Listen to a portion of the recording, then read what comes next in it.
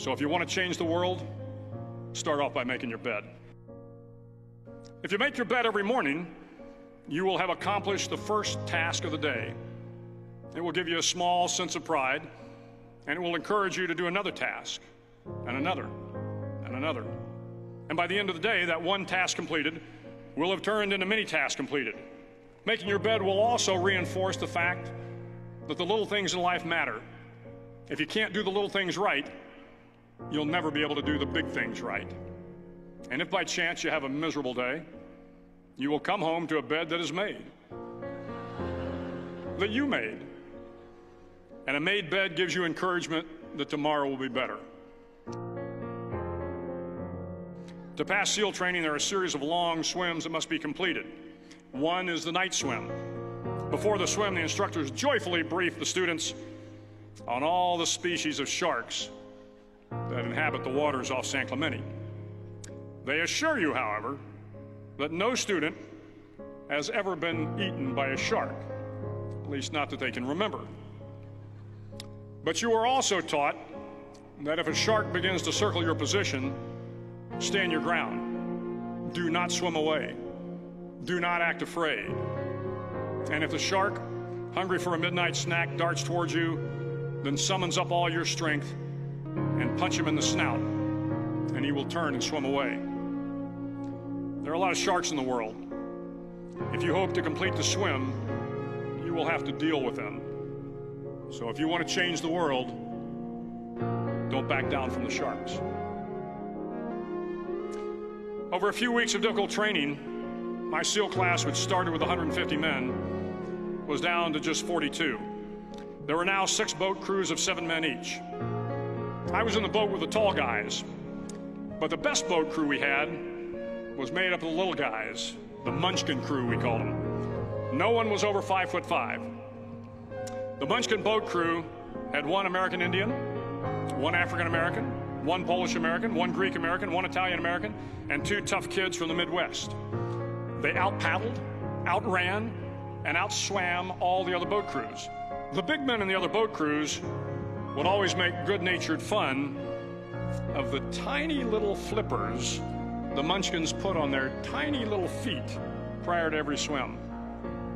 But somehow these little guys from every corner of the nation and the world always had the last laugh, swimming faster than everyone and reaching the shore long before the rest of us. SEAL training was a great equalizer.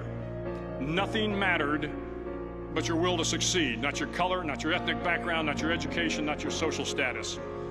If you want to change the world, measure a person by the size of their heart, not by the size of their flippers.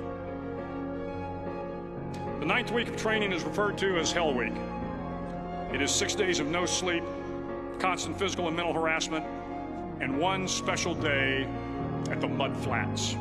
The Mud Flats are an area between San Diego and Tijuana where the water runs off and creates the Tijuana Sloughs, a swampy patch of terrain where the mud will engulf you. It is on Wednesday of Hell Week that you paddle down to the Mud Flats and spend the next 15 hours trying to survive the freezing cold, the howling wind, and the incessant pressure to quit from the instructors.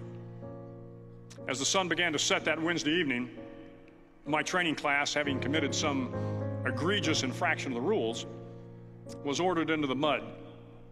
The mud consumed each man till there was nothing visible but our heads.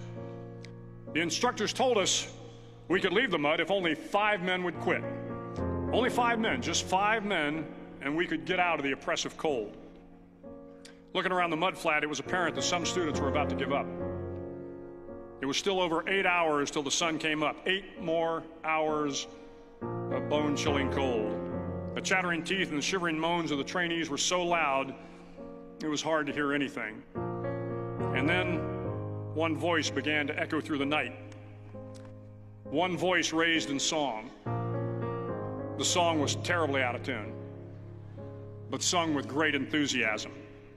One voice became 2, and 2 became 3, and before long, everyone in the class was singing.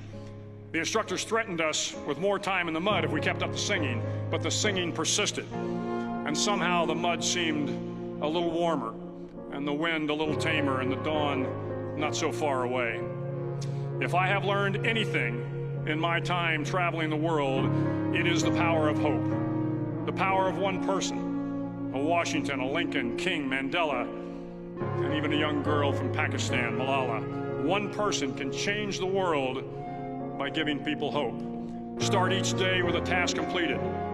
Find someone to help you through life. Respect everyone. Know that life is not fair and that you will fail often. But if you take some risks, step up when the times are the toughest, face down the bullies, lift up the downtrodden, and never, ever give up. If you do these things, the next generation and the generations that follow will live in a world far better than the one we have today. And what started here will indeed have changed the world for the better.